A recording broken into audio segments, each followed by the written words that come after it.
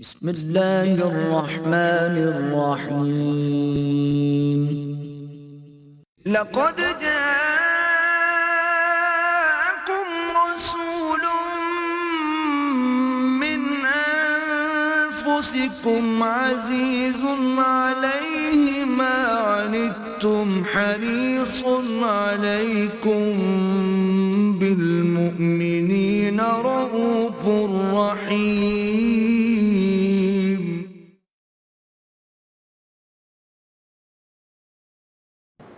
نحمده ونصلي على رسوله الكريم اما بعد فقد قال الله تبارك وتعالى كما ورد في سورة الانعام اعوذ بالله من الشيطان الرجيم بسم الله الرحمن الرحيم من جاء بالحسنة فله عشر امثالها ومن جاء بالسيئة فلا يجزى إلا مثلها وهم لا يظلمون وقال عز وجل كما ورد في سورة القصص من جاء بالحسنة فله خير منها ومن جاء بالسيئة فلا يجزى الذين عملوا السيئات إلا بما كانوا يعملون وقال عز وجل كما ورد في سورة غافر من عمل سيئة فلا يجزى إلا مثلها ومن عمل صالحا من ذكر أو أنثى وهو مؤمن فأولئك يدخلون الجنة يرزقون فيها بغير حساب صدق الله العظيم. وعن ابن عباس رضي الله تعالى عنهما عن رسول اللہ صلی اللہ علیہ وسلم فيما يروي عن ربه عز وجل قال ان اللہ كتب الحسنات والسيئات ثم بين ذلك فمن هم بحسنة فلم يعملها كتبها الله عنده حسنة كاملة فإن هم بها فعملها كتبها الله عنده عشر حسنات إلى 700 ضعف إلى أضعاف كثيرة وإن هم بسيئة فلم يعملها كتبها الله عنده حسنة كاملة وإن هم بها فعملها كتبها الله سيئة واحدة رواہ الامام البخاری والامام مسلم رحمہم اللہ. رب اشرح لی صدری ویسر لی امری واحلل عقدۃ من لسانی یفقہوا قولی. اللہم ربنا الہمنا رشدنا واعذنا من شرور انفسنا. اللہم ارنا الحق حقا وارزقنا اتباعہ وارنا الباطل باطلا وارزقنا اجتنابہ. آمین یا رب العالمین. اربعین نووی کی حدیث نمبر 37 ہے جس کا آج ہمیں مطالعہ کرنا ہے. یہ حدیث مبارکہ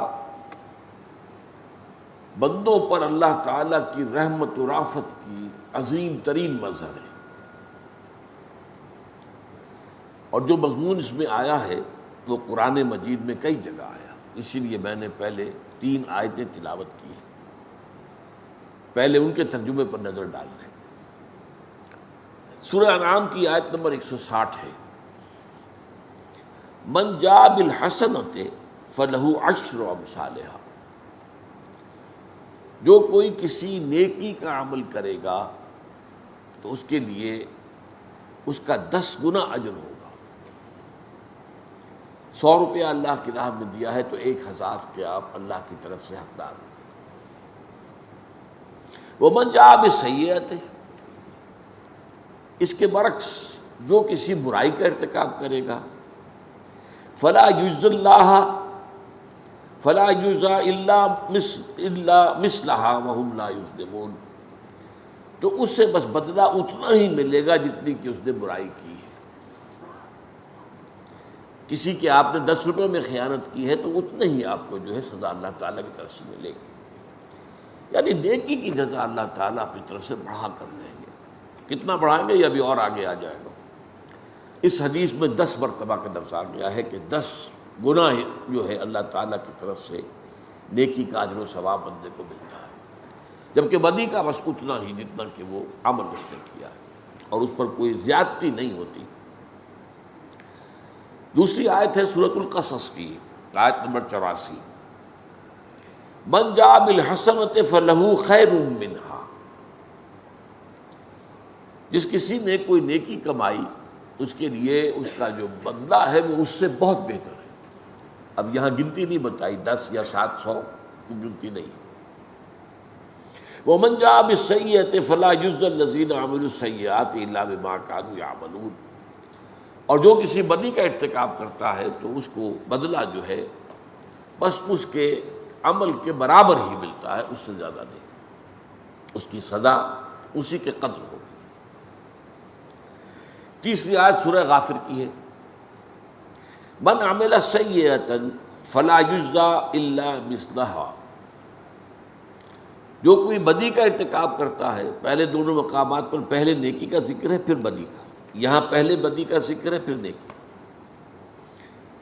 من عمل سیئۃ فلا یجزی الا مثلھا، جو کوئی کسی برائی کا ارتکاب کرتا ہے تو اسے بدلہ نہیں ملتا مگر اس جتنی اس نے بدی کی ہے۔ ومن عمل صالحا من ذکر او انثی،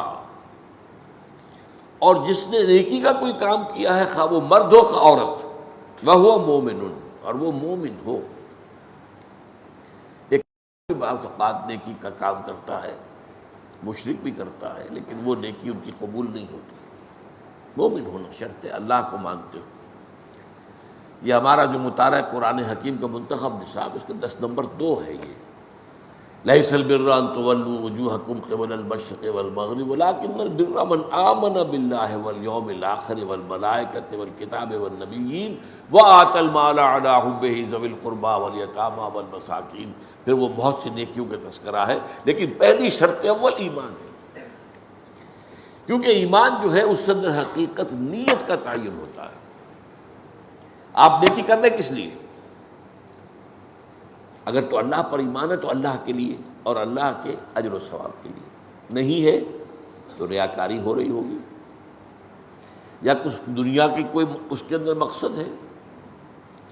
ایک فاؤنڈیشن قائم کر دی ہے اور وزیر اعظم سے افتتاح کرایا ہے، اب نہ معلوم اس کے ذریعے سے وہ جو حکام رسی سے جو فائدے اٹھائے گا جو اس کے پیش نظر ہے، تو یہ اپنی نیت پر معاملہ ہے۔ اور نمبر 2 آخرت کا یقین کہ اس کا کوئی بدلہ دنیا میں مطلوب نہ ہو سوائے آخرت کے، بس ٹھیک ہے، تجارت بھی جائز ہے، جائز طریقے سے کرو، حرام تو نہیں ہے، لیکن اگر نیکی کا کام کر رہے ہو اس کا کوئی بدلہ دنیا میں اگر مطلوب ہے تو وہ نیکی نہیں، نفی ہو جائے گی۔ تو لیس البر ان تولوا وجوہکم قبل المشرق والمغرب، یہ نیکی یہی نہیں ہے کہ اپنے چہرے مشرق اور مغرب کی طرف، ولکن البر من آمن باللہ والیوم الآخر والملائکۃ والکتاب والنبیین۔ پھر ہے نیکیوں کا تذکرہ، وآتی المال علی حبہ ذوی القربى والیتامى والمساکین وابن السبیل والسائلین وفی الرقاب واقام الصلاۃ وآتی الزکاۃ والموفون بعہدہم اذا عاہدوا والصابرین فی البأساء والضراء وحین البأس۔ یہ اصل میں حقیقت بر و تقوی اور نیکی کی حقیقت، ورچو اسلام کے نزدیک کیا ہے قرآن، اس پر یہ عظیم ترین آیت ہے۔ یہی وجہ ہے کہ ہمارا جو مطالعہ قرآن حکیم کا منتخب نصاب ہے اس کا دوسرا درس ہے اہم ترین۔ بہرحال یہاں فرمایا من عمل سیئۃ فلا یجزی الا مثلھا ومن عمل صالحا من ذکر او انثی وہو مومن فاولئک یدخلون الجنۃ یرزقون فیہا بغیر حساب۔ تو وہ لوگ ہوں گے کہ جو جنت میں داخل کیے جائیں گے اور وہاں انہیں جو کچھ ملے گا وہ کسی حساب کتاب سے ماورا ہوگا۔ وہ 10 گنا 700 گنا اس کو چھوڑو، اس کا تو کوئی حساب کتاب ممکن ہی نہیں، تو ان کے لیے جنت میں۔ یہ میں بہت دفعہ واضح کر چکا ہوں کہ جنت کی نعمتوں کا جن کا ذکر قرآن میں ہے، یہ اصل میں جسے عربی میں کہتے ہیں نزل، یہ نزل ہے، وہ چیزیں جو ہم جانتے بھی ہیں کہ جو بھی وہاں کلما رزقوا منها من ثمرۃ رزقا قالوا هذا الذي رزقنا من قبل. آم دیا جائے، اچھا یہ آم تو ہم کھاتے تھے، دنیا میں بھی کھاتے تھے. اس آم کی جو لذت ہوگی اس کا آپ تصور بھی نہیں کر سکتے دنیا کے آم کی. تو نعمتیں وہی ہوں گی، لیکن یہ نزل ہے. نزل کسے کہتے ہیں عربی زبان میں؟ نزیل کہتے ہیں، نزل ینزل اترنا. جیسے ہی کوئی شخص آپ کے دروازے پر آیا اور کسی سواری سے اترا، گھوڑے پر چڑھ کے آئے گا اس سے اترے گا، اونٹ پر سوار ہوا تھا اس کو بٹھا کر اترے گا، کار پر آیا کار سے اترے گا. نزیل ہے اب یہ. تو فوراً آپ پیش کرتے ہیں کوئی موسم کے مطابق، کوئی ٹھنڈا کوئی گرم، وہ تو بھاگ کر فوراً پیش کر دیں گے. اس کو کہتے ہیں نزل، جو کسی مہمان کی آمد کے فوراً بعد پیش کر دیا جاتا. اب وہ آپ کے ہاں مقیم ہو گیا، اب وہ ضیف ہے، ضیف مہمان. یہ ضیافت جو ہونی ہے اہل جنت کی، یہ ان نعمتوں کے ذریعے ہوگی جس کا ہم تصور بھی نہیں کر سکتے. حدیث میں آیا ما لا عین رأت ولا اذن سمعت وما خطر علی قلب بشر. یہ ضیافت جو ہوگی وہاں بعد میں، وہ تو حقیقت کہا کہ وہ ایسی چیزیں ہیں جو نہ کسی آنکھ نے دیکھی، نہ کسی کان نے سنی، نہ کسی کے دل میں اس کا احساس و خیال تک وارد ہوا. تو قرآن مجید میں جب بھی آپ اس کو دیکھیں تو اب نزل کے اندر وہ کیا گیا ہے، اس کی بھی کیا اس کی توجیہ ہے عقلی. وہ ساری دنیاوی نعمتیں جن سے انسان نے اپنے آپ کو روکے رکھا، یا تو حلال اور حرام کی وجہ سے، یہ حرام ہے میں تو نہیں دے سکتا، میرا دل تو چاہتا ہے، حرام ہے، روکے رکھا اپنے آپ. یا ان نعمتوں سے اس لیے وہ لطف اندوز نہیں ہو سکا کہ وہ لگا ہوا ہے اللہ کے دین کی جد و جہد کے اندر. اچھا کھانا، اچھا پہننا حرام نہیں ہے. قل من حرم زینۃ اللہ التی اخرج لعبادہ والطیبات من الرزق. اچھی کھانے کی چیزیں کس کے لیے بنائی اللہ نے؟ یہ پھل کس کے لیے؟ دنیا میں تو یہ اہل ایمان کے لیے تو ہے، کافروں کو بھی اللہ دے دیتا ہے، لیکن خالص ہو جائیں گی اہل ایمان کے لیے قیامت کے دن، پھر وہاں کافروں کا حصہ نہیں ہوگا. لیکن فرض کیجئے آپ تو لگے ہوئے ہیں انقلابی جد و جہد میں، آپ کا وقت لگ رہا ہے اللہ کے دین کو پھیلانے اور غالب کرنے کی جد و جہد میں، تو آپ دنیا تو زیادہ نہیں کما پائیں گے. جب دنیا زیادہ نہیں کما پائیں گے تو ان نعمتوں سے لطف اندوز نہیں ہو سکتے. کہاں آم خرید کر کھا سکیں گے آپ؟ وہ تو 2 وقت کی روٹی مل جائے بہت غنیمت ہے. تو یا تو حلال اور حرام پر کاربند ہونے کی وجہ سے بندہ مومن ان نعمتوں سے محروم ہو گیا، یا یہ ہے کہ وہ اپنی جو توجہ ہے اور اپنا جو مصروفیت ہے وہ دین کے لیے لگا کر، اب ظاہر بات ہے اس کے پاس وقت نہیں ہے کہ زیادہ کمائے، اس کی وجہ سے محروم. اب اس کا منطقی طور پر بدلہ یہ ہونا چاہیے کہ وہ نعمتیں اسے آخرت میں بھرپور طریقے پر مل جائیں. دس از دی لاجک بیہائنڈ اٹ. تم دنیا میں ان نعمتوں سے محروم رہے تھے نا، تم نے حرام کمائی نہیں کی کہ آپ اس سے استفادہ کر سکتے. کون نہیں چاہتا کہ جب بھی شام کو گھر آئے اپنے بچوں کے لیے پھلوں کا ٹوکرا بھر کے لائے؟ کون نہیں چاہتا؟ لیکن نہیں، ایک شخص حلال کی کمائی کر رہا، کیسے دے دے گا؟ کیسے کھائے گا؟ کیسے کھلائے گا؟ تو اب یہ جو ہے، اسی لیے میں کہا کرتا، کچھ لوگ کہتے ہیں یہ کیا بات ہے قرآن کرتا ہے، یہ شرابن طہورا ہوگی اور یہ شہد ہوگا اور یہ دودھ ہوگا اور یہ پھل ہوں گے اور یہ باغات ہوں گے اور یہ حوریں ہوں گی اور یہ ان کے خدمتگار غلمان ہوں گے. یہ کیا چیزیں؟ یہ بعض لوگ جو ہیں جن کے اوپر ذرا تصوف کا رنگ چڑھ جاتا ہے، وہ ہے اپنی جگہ پر.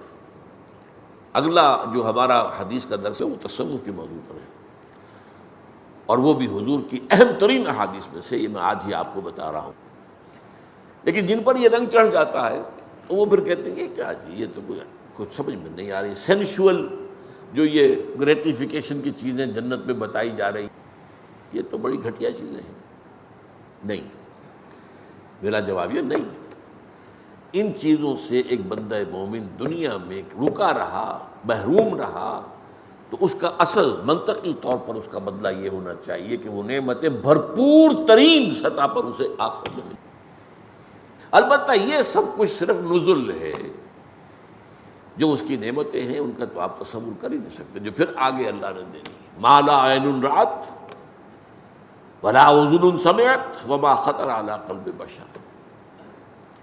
اور قرآن مجید، یہ تو حدیث ہے جو میں نے بتایا آپ کو، قرآن میں بھی ہے، فلا تعلم نفس ما اخفی لهم من قرۃ اعین، کوئی نہیں جانتا جو چیزیں اللہ تعالیٰ نے اپنے ان بندوں کے لیے چھپا کر رکھی ہوئی ہیں جن میں آنکھوں کی ٹھنڈک ہوگی، ان کو کوئی نہیں جانتا۔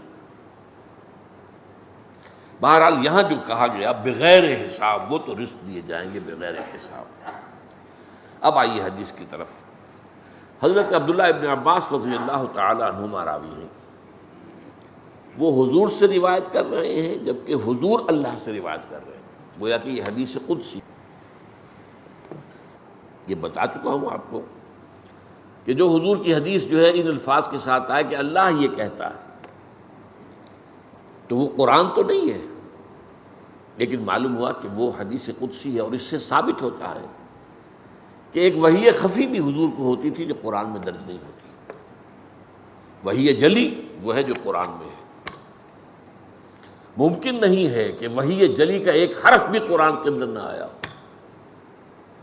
لیکن وحی خفی آپ کو اور مجھے بھی ہوتی ہے۔ الہام سا ہو جاتا، کبھی دل میں ایک بات آ جاتی ہے، پتہ نہیں کہاں سے آ گئی، میں تو سوچ نہیں رہا تھا۔ کبھی انسان جو ہے اس کے وہ سچا خواب دیکھتا ہے، آپ نے خواب میں واقعہ دیکھا اور دوسرے دن یا چوتھے دن وہ جوں کا توں واقعہ جو ہے ظہور پذیر ہو گئے، یہ بھی وحی ہے۔ اور حضور نے فرمایا الرؤیا الصادقہ یا الرؤیا الصالحہ، یہ نبوت کے 46ویں یا 60ویں اجزاء میں سے ایک جز ہے۔ خواب سچے خواب، اب ان کی توجیہ میں اس وقت نہیں کر سکتا یہ کیا وجہ ہے، یہ تو آج کا موضوع نہیں ہے، لیکن یہ ہے کہ ظاہر بات ہے کہ اچھا حضور پر جو ہم پر وحی آتی ہے، وحی خفی، الہام، کشف ہو جاتا ہے، کبھی کوئی ایسی چیز نظر آتی ہے کہ جو سامنے نہیں ہے، یہ بیداری میں ہو جاتا ہے، اور بعد میں معلوم ہو گیا کہ وہ شاید اسی طرح تھی یا خواب سچا۔ لیکن ہماری جو یہ وحی خفی ہے، جو قرآن کہتا ہے کہ شہد کی مکھی کو بھی ہم نے وحی کی، حضرت موسیٰ کی والدہ کو وحی کی کہ گھبراؤ نہیں، اپنے اس بچے کو تم ایک صندوق میں رکھ کر اور ڈال دو نیل میں، ہم ہیں محافظ اس کے۔ لیکن وہ نبی تو نہیں تھے، نبوت تو ہے ہی نہیں، خواتین کے لیے ہے ہی نہیں۔ تو یہ جو وحی خفی ہے نبی پر آتی ہے تو محفوظ ہوتی ہے جیسے وحی جلی، بالکل محفوظ، اس میں کوئی شیطانی اثرات شامل نہیں ہو سکتے، اس میں جنات جو شیاطین جن ہیں وہ آمیزش نہیں کر سکتے۔ ہم پر جو آتا ہے اس میں غلط بھی ہو سکتا ہے، اس میں شیطانی آمیزش بھی ہو سکتی ہے، اس میں ہماری وشفل تھنکنگ کو، جسے حدیث نفس کہتے ہیں، ہمارا نفس بات کر رہا ہے، جس کو کہ جو ہے فرائیڈ، وہ تو اسی خواب کو جانتا ہے نا، اس کے نزدیک خواب کیا ہے؟ نفس کے اندر دبی ہوئی خواہشات جو کسی وجہ سے پوری نہیں ہو رہی ہیں، وہ خوابوں میں آدمی اس کو دیکھ کر دل بہلا لیتا ہے۔ یہ خواب اس کی یہ دبی ہوئی خواہشات ہیں، یہ اس کے نفس کے وہ تقاضے ہیں جو کسی وجہ سے پورے نہیں ہو پا رہے ہیں۔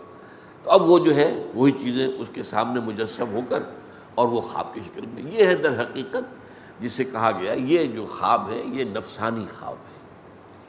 ایک جو خواب سچے ہیں وہ ملائکہ کی طرف سے ہیں، اللہ کی طرف سے۔ بہرحال تو یہ جو حدیث ہے حدیث قدسی ہے، عن ابن عباس رضی اللہ عنہما عن رسول اللہ صلی اللہ علیہ وسلم فیما یروی عن ربہ عز وجل قال ان اللہ کتب الحسنات والسیئات ثم بین ذلک۔ دیکھو اللہ نے نیکیاں اور بدیاں طے کر دی ہیں، یہ کام نیکی کے ہیں، یہ کام بدی کے ہیں، اور ان کو ظاہر بھی کر دیا ہے۔ وہ حدیث ہم پڑھ چکے ہیں، الحلال بین والحرام بین، حلال بھی بالکل واضح ہے، حرام بھی بالکل واضح ہے، تو اللہ نے واضح کر دیا نیکی کیا ہے، بدی کیا ہے۔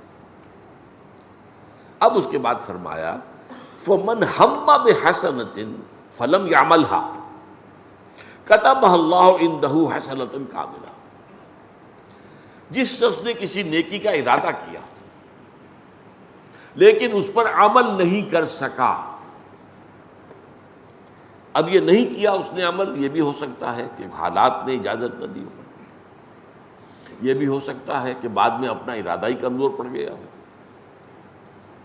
لیکن اس نے ارادہ کیا تھا، اس ارادے پر بھی اسے مکمل نیکی کی جزا مل جائے گی۔ من ہم بحسنۃ، ہم اہتمام جسے بنا ہے لفظ، اسی سے ہمت کا لفظ بنا ہے، کمر ہمت کس لو جب ارادہ کر لیتا ہے۔ من ہم بحسنۃ، نیکی کا اس نے ارادہ کیا، فلم یعملھا، کیا نہیں یا کر سکا نہیں کسی خارجی موانع کی وجہ سے، ایسے رکاوٹیں آگے نہیں کر سکتا۔ فرض کیجئے کہ اپنے مال میں سے بڑا صدقہ نکالنا چاہتا تھا لیکن کسی وجہ سے مال پر ڈاکہ پڑ گیا، مال ہی گیا، اب کیسے کرے گا؟ تو یا تو کسی خارجی حادثے یا عوامل کی بنا پر نہیں کر پایا، یا یہ بھی سمجھ لیجئے کہ وہ نیکی کرنے کا وہ جو ارادہ تھا وہی کچھ کمزور پڑ گیا کسی وجہ سے، اندرونی کیفیات کی وجہ سے، لیکن اس نے ارادہ کیا تھا تو اس ارادے پر بھی کتبہ اللہ عندہ حسنۃ کاملہ، اللہ اپنے پاس اس کو لکھ لے گا ایک مکمل نیکی۔ فَإِنْ ہَمَّ بِهَا فَعَمِلَهَا، اور اگر اس نے ارادہ کیا اور عمل بھی کر لیا، کتب اللہ عندہ، پھر اللہ لکھ لیتا ہے اسے اپنے پاس 10 حسنات، 10 نیکیاں، یہ جو ہم نے حدیث پہ قرآن کی آیت پہلے پڑھی تھی، وَمَنْ جَاءَ بِالْحَسَنَةِ فَلَهُ 10 أَمْثَالِهَا، تو یا تو 10 گنا اِلیٰ 700 ضعف، یا 700 گنا اِلیٰ اضعاف کثیرہ، یا اور بھی گنا در گنا در گنا۔ یہ ہے اللہ کا معاملہ، نیکی کا ارادہ بھی کیا، عمل بھی کیا، کم سے کم 10 گنا، پھر 700 گنا، پھر اس سے بھی جتنا آدمی بڑھا، جتنا اللہ تعالیٰ بڑھا چاہیے۔ یہ اس کے لیے میں آپ کو ایک اور آیت قرآن کی سنا دیتا ہوں، کیونکہ قرآن اور حدیث جو ہیں وہ ایک ہی سکے کے 2 رخ ہیں، ایک ہی تعلیم ہے، ایک جو وحی جلی میں آئی ہے، ایک وحی خفی میں آئی ہے۔ حدیث جو ہے اکثر و بیشتر وحی خفی پر مبنی ہے۔ یہ آیت سورہ بقرہ کی ہے، وَمَثَلُ الَّذِينَ يُنْفِقُونَ أَمْوَالَهُمْ فِي سَبِيلِ اللَّهِ،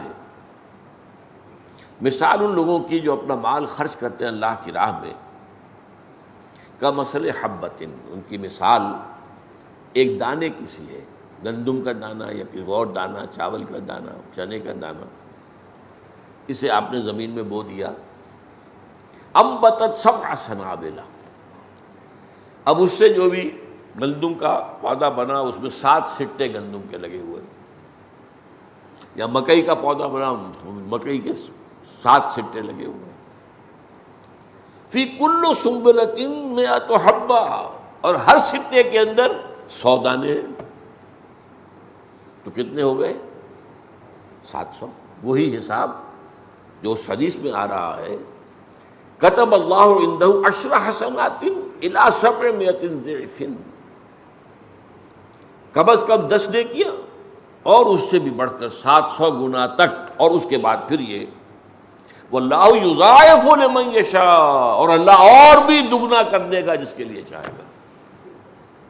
وہ یہاں پر آیا الی اضعاف کثیرۃ، 10 گنا، 700 گنا، اور اس کے کئی مرتبہ اس کا اور دگنے سے دگنا، دگنے سے چوگنا۔ وَإِنْ هَمَّ بِسَيِّئَةٍ فَلَمْ يَعْمَلْهَا،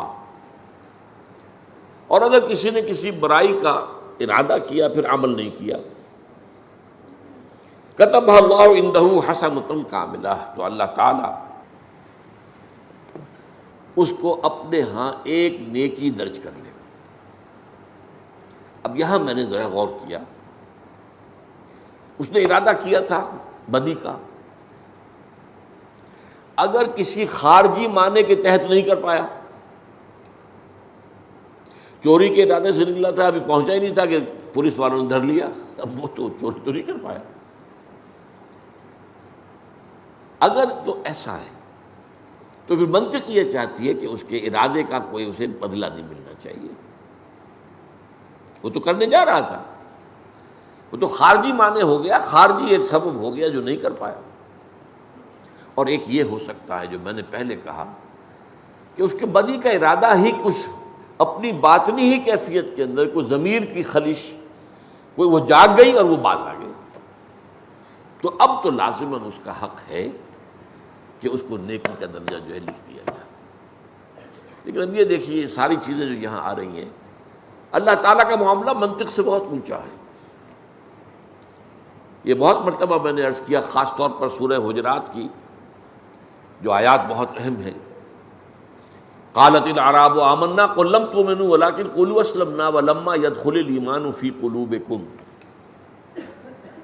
وان تطيعوا الله ورسوله لا يلدكم من اعمالكم شيئا ان الله غفور رحيم. یہ بدو کہہ رہے ہیں، دعویٰ کر رہے ہیں نبی کہ ہم ایمان لے آئے. ان سے کہہ دیجئے تم ایمان ہرگز نہیں لائے ہو، اس مغالطے میں نہ رہو، بلکہ یوں کہو کہ ہم مسلمان ہو گئے، اطاعت قبول کر لیے. We have given up resistance. ہم جو مخالفت کر رہے تھے ہم نے ترک کر دی. اب مومن تو یہ نہ ہوئے نا بالکل. لیکن اس کے بعد فرما رہے ہیں لما يدخل الايمان في قلوبكم کے بعد وان تطيعوا الله ورسوله لا يلدكم من اعمالكم شيئا. مومن وہ ہے نہیں، مسلم انہیں مانا جا رہا ہے تو اس کا مطلب منافق ہے. ہمیں منطق تو یہی کہے گی نا کہ مسلم تو ہے، منافق مسلم ہوتا ہے، مومن نہیں ہوتا. منافق اسی کو کہتے ہیں. اور منافق کی کوئی نیکی قبول نہیں ہونی چاہیے. لیکن یہاں فرمایا گیا وَإِن تُطِيعُوا اللَّهَ وَرَسُولَهُ لَا يَلِدْكُم مِّنْ أَعْمَالِكُمْ شَيْئًا. یہاں منطق نہیں چلے گی، اللہ کا فضل، اللہ کا کرم، اللہ کی رحمت چلے گی. اگر تم اطاعت کرتے رہو اس حال میں بھی کہ ایمان تمہارے دلوں میں نہیں ہے، اللہ تمہارے اجر و ثواب میں کمی نہیں کرے گا. ان اللہ غفور الرحیم، اس لیے کہ اللہ غفور الرحیم ہے. تو منطق سے یہ چیز ماورا ہو گئی. اسی طریقے سے یہ احادیث کی روح سے اور کچھ قرآن مجید کے مقامات سے تو معلوم ہوتا ہے کہ ایک شخص نے گناہ کا ارتکاب کیا تو ایمان اس کے دل سے نکل گیا. اب یہ کہ اگر تو وہ توبہ کرے تو ایمان واپس آ گیا، یہ تو بات منطقی ہو گئی. لیکن ایک رائے یہ بھی ہے کہ جیسے ہی گناہ سے فارغ ہوتا ہے بندہ مومن تو وہ ایمان جو اس کے دل سے نکل گیا تھا واپس آ جاتا ہے. یہ بات منطق کے خلاف ہے. ہاں توبہ کے بعد آ جانا سمجھ میں آتا ہے، لیکن محض گناہ کا جو ارتکاب ہے وہ کب ختم ہو گیا اور اس کے بعد ایمان آ گیا، یہ منطق کے خلاف ہے. لیکن مانیں گے ہم یہ اللہ کا فضل ہے. جیسے آج اس حدیث میں ہم دیکھ رہے ہیں نیکی کے ساتھ اللہ کا معاملہ کچھ اور ہے، بدی کا معاملہ کچھ اور ہے. بدی میں اس کے برابر سزا ملے گی، نیکی میں 10 گنا 700 گنا اور اس سے بھی 1000 گنا ملے گی. اب منطق تو نہیں مانتی اس کو، بلکہ نیکی کا بدلہ بھی اتنا ہی ہونا چاہیے جتنا نیکی اس نے کی ہے. لیکن یہ کہ ان چیزوں کے اندر اللہ کے اس لیے فرمایا گیا ہے یہ سورہ اعراف میں وسعت رحمتی کل شیء، میری رحمت جو ہے وہ ہر شے کو اپنے گھیرے میں لیے ہوئے. اور ایک حدیث قدسی میں حضور فرماتے ہیں کہ اللہ فرماتا ہے سبقت رحمتی علی غضبی، یقیناً اللہ تعالیٰ سزا دینے والا بھی ہے، شدید العقاب بھی ہے منتقم بھی ہے، لیکن غفور بھی ہے، رحیم بھی ہے. اور غفوری شان بالا تر ہے اس کی سزا والی شان سے. لیکن یہ کہ بہرحال وہ ہے، بدلہ دینے والا ہے، سزا دینے والا ہے. آخر جہنم کس کے لیے بنائی ہے؟ یہ سارا معاملہ حساب کتاب کس لیے ہو رہا ہے؟ یہ برابر جو درج ہو رہے ہیں کرامن کاتبین جو لکھ رہے ہیں، کیا کے لیے لکھ رہے ہیں؟ It's not exercise in futility. یہ سب کچھ ہوگا، حساب کتاب ہوگا، جزا ملے گی، ٹھیک ہے. لیکن اللہ تعالیٰ کی رحمت غالب ہے. وہ رحمت خدا بہانہ جوئی بہانہ، رحمت خداوندی تو بہانہ چاہتی ہے رحمت کا. اور ایک اور اس کا مفہوم لیا گیا، بہا نہ جوئی، بہا اس کی قیمت. اللہ کی رحمت جو ہے وہ اپنی قیمت نہیں چاہتی، بہا نہ جوئی. اس اعتبار سے یہ جو ہے منطق پر بالا تر ہے اللہ کی رحمت. اسی لیے قرآن مجید میں 4 جگہ آیا ہے وہ ارحم الراحمین، وہ تمام رحم کرنے والوں سے بڑھ کر رحم کرنے والا ہے. حضور نے ایک دفعہ صحابہ کو بتایا، سوچو تم، کوئی ماں کبھی چاہے گی کہ اس کے بچے کو آگ میں ڈال دیا جائے؟ تو اللہ کی یہ مخلوق، اللہ تو نہیں چاہتا. قرآن مجید میں آیا بھی ہے، ما یفعل اللہ بعذابکم، اللہ کو کیا لینا ہے تمہیں عذاب دے کر، ان شکرتم، اگر تم اللہ کے شکر گزار بندے بنو. تو اللہ کو کوئی شوق نہیں ہے. وہ جو کہتے ہیں کچھ لوگوں کو پسند ہوتا ہے دوسروں کو اذیت دینا، وہ دوسروں کو اذیت دے کر خوش ہوتے ہیں. اللہ معاذ اللہ معاذ اللہ ثم معاذ اللہ، ایسا نہیں ہے. ما یفعل اللہ بعذابکم. تو رحمت خداوندی بہانہ نہیں جوید، وہ تو بہانہ چاہتی ہے. کوئی نہ کوئی بات ہو، بنیاد ہو تو رحمت آ جائے گی. اس پہلو سے فرمایا کہ اگر کسی نے ارادہ کیا بسیئۃ فلم یعملها کتبها اللہ عنده حسنۃ کاملہ. اب میں نے بتا دیا دونوں امکانات ہیں. یہ بھی کہ وہ کسی معنی کی وجہ سے نہیں کر سکا، تب تو اس کا حق نہیں ہے کہ اس کے کوئی بھی نیکی کے انداز کو کر لے گا. اگرچہ یہاں سکوت ہے اس کے بارے میں، لیکن تجزیہ کریں گے ہم تو یہ بات سامنے آ جائے گی. اور اگر واقعی اس کے نیکی کا، اس نے بدی کا ارادہ کیا تھا لیکن پھر خود ہی کچھ اندرونی اس کے اندر جو کشاکش تو رہتی ہے نا، خیر و شر کی کشاکش تو ہمارے اندر رہتی ہے. ہمارا نفس امارہ ہمیں نیچے کھینچتا ہے، روح ملکوتی اوپر کھینچتی ہے. یہ تو میں نے آپ کو کئی دفعہ بتایا ہے کہ میں فرائڈ کا، جس کا ذکر میں نے کیا، خواب، اسے پتا کیا خواب کس چیز کا نام ہے؟ وہ صرف وہ نفسانی خوابوں کا تجزیہ کرتا ہے، ملکوتی خواب کا اسے پتہ ہی نہیں. سچا خواب کس کو کہتے ہیں اسے پتہ ہی نہیں. لیکن یہ کہ اس شخص کی ایک اعتبار سے میں بہت قائل ہوں اس کی ذہانت کا، اس نے انسان کی اندرونی کیفیت کے 3 درجے معین کیے. اور میں حیران، یہی 3 درجے ہیں جو قرآن بیان کرتا ہے. ایک سب سے نیچے جو ہے نفس امارہ، حیوانی جبلتیں، اینیمل انسٹنکٹس.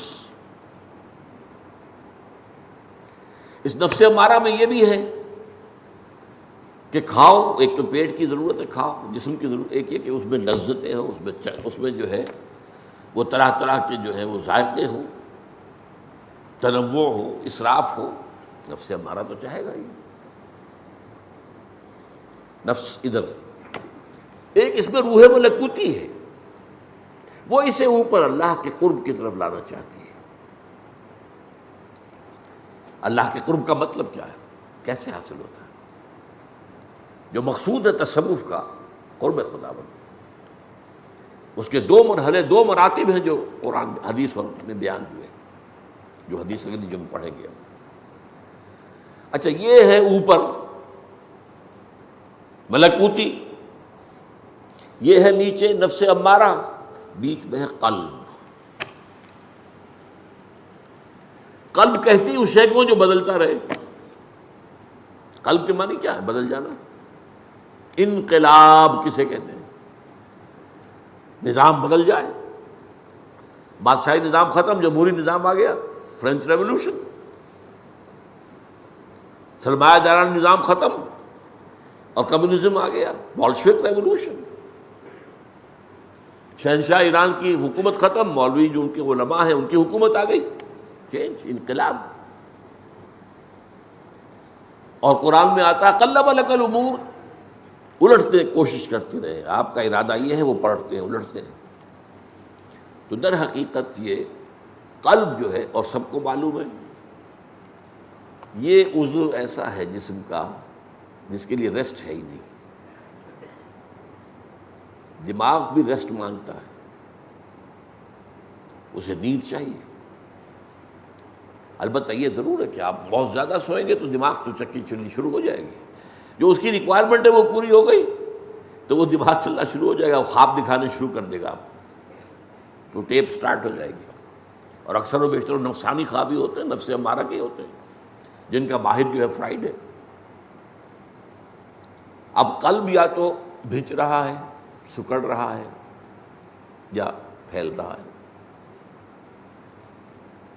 اور اس کے لیے ریسٹ کا کیا مطلب ہے؟ موت. تو آپ نے سمجھا. اب فرائیڈ کیا کہتا ہے؟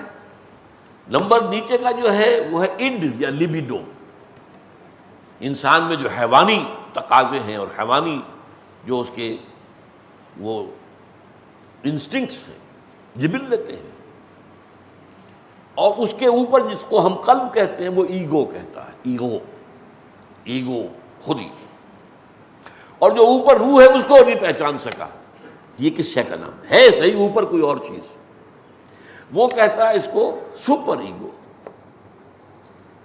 اور اس کو ڈیفائن کرتا ہے کہ معاشرے میں جو نیکی اور بدی کے تصورات ہوتے ہیں وہ انسان کو ہانٹ کرتے رہتے ہیں. یہ بھائی تم دیکھو یہ کام نہ کرو، لوگ کیا کہیں گے.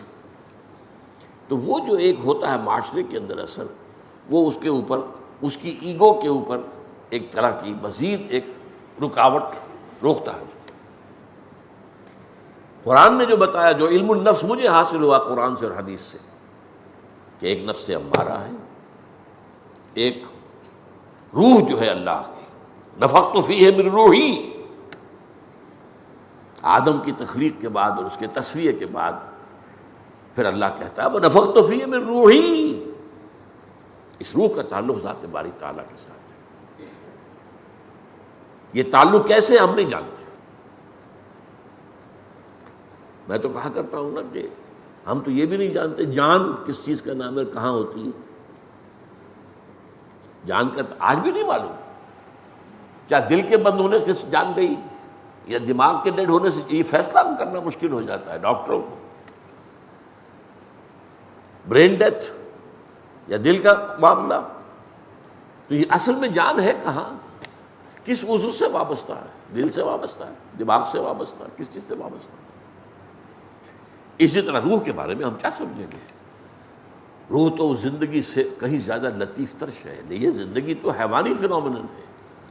This life, this is animal life. جیسے اور کتے میں ہے، بلے میں ہے، بیل میں ہے، بکرے میں ہے، سب جانے ہیں، اور گھاس کے تنکے میں بھی ہے. اگر وہ اپنی جڑ کے ساتھ جڑا ہوا ہو تو اس میں بھی لائف ہے. نباتاتی لائف اور بایولوجیکل جو ہے حیواناتی لائف. لیکن روح کا تعلق جو ہے اتصال بے تکیف بے قیاس، ہست رب الناس را با جان ناس. ایک اتصال ہے، لیکن اس اتصال کی کیفیت کو ہم نہیں جان سکتے، اور اسے کسی نوع کے اتصال پر قیاس بھی نہیں کیا جا سکتا. اتصال بے تکیف، کیف سے، کیسے اتصال کیسے ہے؟ یہ انگلیاں متصل ہیں، میں معلوم متصل ہے. جیسے حضور نے فرمایا انما بعثت انا وساط و ہاتھین، 2 انگلیاں آپ نے جوڑ دی. میری بعثت ہوئی ہے، میں اور قیامت اس طرح جڑے ہوئے. میرے بعد قیامت ہے، اب نہ کوئی نبی آئے گا نہ کوئی اور رسول آئے گا. گویا کہ قیامت کی سب سے بڑی نشانی حضور کی بعثت ہے. بہرحال اتصال بے تکیف بے قیاس، ہست رب الناس را با جان ناس. یہ اتصال ہے رب الناس، جو لوگوں کا رب ہے، اس کو اور انسانوں کی جان کے ساتھ. یہ اتصال. یہاں جان سے مراد جان لائف نہیں ہے، بایولوجیکل لائف نہیں ہے، روح. لیکن بدقسمتی سے ہمارے ہاں الفاظ نہیں ہیں. ہم روح کو بھی کہہ بیٹھتے ہیں جان، اور جان کو سمجھتے ہیں روح. جان بالکل علیحدہ شے ہے. وہ کتے میں بھی ہے، بلے میں بھی ہے. جان کیا ہے؟ کروڑ اللہ کی مخلوقات زمین میں ہے، پانی میں ہے، ہوا میں ہے، فضا میں تیر رہے ہیں، سب کچھ سب جاندار ہیں. انسان کی کیا شان تھی؟ اس میں تو اس کے تکمیل کے بعد، اس کے تصفیے کے بعد اس میں نفخت فیہ من روحی، اللہ تعالیٰ نے اپنی روح میں سے پھونکا۔ اب یہ روح انسان کو اوپر کھینچتی ہے، نفس امارہ نیچے کھینچتا ہے، قلب بیچ میں ہے۔ اگر نفس امارہ غالب ہو گیا تو وہ قلب کو اپنی طرف کھینچ لیتا ہے، یہ آئینے کے مانند ہے۔ اب نفس کی ساری ظلمانیت جو ہے وہ قلب میں منعکس ہو جائے گی اور پورے وجود کے اندر طاری ہو جائے گی۔ اور اگر روح کی طرف قلب کا رخ ہو گیا تو روح کی نورانیت منعکس ہو جائے گی قلب میں اور پورے وجود میں سرایت کر جائے گی۔ تو فرمایا وَإِنْ هَمَّ بِسَيِّئَةٍ فَلَمْ يَعْمَلْهَا كَتَبَهَا اللَّهُ عِنْدَهُ حَسَنَةً كَامِلَةً وَإِنْ هَمَّ بِهَا فَعَمِلَهَا، اور جس شخص نے کسی بدی کا ارادہ کیا، قصد کیا اور عمل بھی کر لیا، كَتَبَهَا اللَّهُ سَيِّئَةً وَاحِدَةً، تو ایک ہی بدی کا اندراج ہوگا۔ یہ وہ میں آپ کو 3 آیتیں بتا چکا ہوں۔ نیکی پر 10 گنا، 700 گنا، بلکہ اس سے بھی زیادہ۔ بدی پر جتنی وہ بدی ہے اس کے مطابق اسی کے مقدار کے اندر جو ہے وہ سزا ملے گی۔ یہ گویا کہ اس حدیث کی بھی ایک توجیہ ہو گئی کہ سبقت رحمتی علی غضبی، رحمتی وسعت کل شیء، سورہ اعراف میں فرمایا۔ تو اللہ تعالی ہم سب کو بھی اپنے دامن رحمت میں لے لے، نیکیوں کا ارادہ کرنے کا تو فیصلہ کرے، اور سب سے بڑی نیکی بھی اور سب سے پہلی نیکی بھی، یہ کان کھول کر سنیے، اللہ کے دین کے خلاف جو بغاوت ہے اس کو فروغ کرنے کا ارادہ، اور اس میں پھر جد و جہد بالفعل کرنا، تن من دھن لگانا، یہ سب سے اونچی، یہ سب سے نیچے ہے۔ اگر یہ ارادہ نہیں ہے تو اللہ کو تمہارے نمازیں اور روزے درکار نہیں ہے۔ یا تو میرے وفادار ہو تو طاغوت کے وفادار کیسے ہو گئے؟ یہ تو 2 باتیں تو نہیں ہو سکتی۔ وَمَن يَكْفُرْ بِالطَّاغُوتِ وَيُؤْمِن بِاللَّهِ، جو طاغوت سے کفر کرے اور پھر اللہ پر ایمان، پہلے انکار ہے، نفی ہے، لا الہ الا اللہ، کفر بالطاغوت اور ایمان باللہ۔ تو گویا کہ اس کا ارادہ کر لینا کم سے کم یہ کم ترین نیکی ہے، ارادہ تو کرے۔ اور بلند ترین نیکی بھی یہ ہوگی کہ اس راہ میں وہ وقت بھی آ جائے کہ موقع آئے، مرحلہ آئے تو جان ہتھیلی پر رکھ کر میدان میں حاضر ہو جائیں اللہ تعالیٰ کی طرف سے شہادت سے سرخرو ہونے کے لیے۔ اللہ تعالیٰ ہمیں اس کی توفیق، نیکی کا ارادہ اور خاص طور پر طاغوت سے بغاوت اور اللہ کی حکومت، اللہ کے نظام کو قائم کرنے کی جد و جہد کا ارادہ کریں، اور پھر اس پر عملاً کاربند ہو، تن من دھن لگائیں۔